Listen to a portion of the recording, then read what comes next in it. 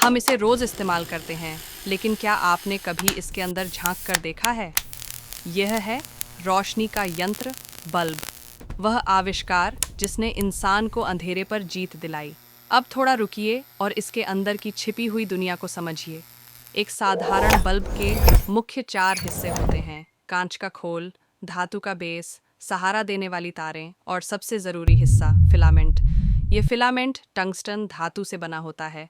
Tungsten खास इसलिए है क्योंकि यह हजारों डिग्री का तापमान सह सकता है, वो भी बिना पिघले। जैसे ही आप स्विच ऑन करते हैं, बिजली तारों के जरिए बल्ब के अंदर प्रवेश करती है। ये करंट सीधा फिलामेंट तक पहुंचता है और यहीं से असली विज्ञान शुरू होता है। फिलामेंट बहुत ही पतला होता है। जब इलेक्ट्रॉन्स इस बेहद तंग रास्ते से गुजरने की कोशिश करते हैं, तो उन्हें जोरदार रुकावट मिलती है।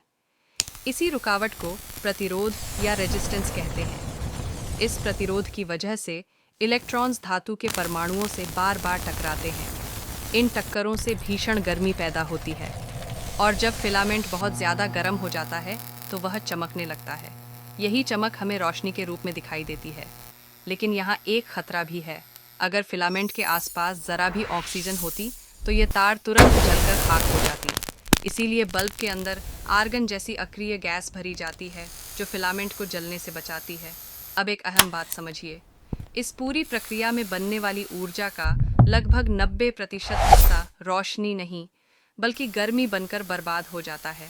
यही कारण है कि पुराने बल्ब छूने पर बहुत गर्म महसूस होते हैं। यही कमी आगे चलकर एलईडी जैसी नई तकनीक का आधार बनी। यंत्र बदल गया, लेकिन उद्देश्य वही रहा: दुनिया को रोशन करना।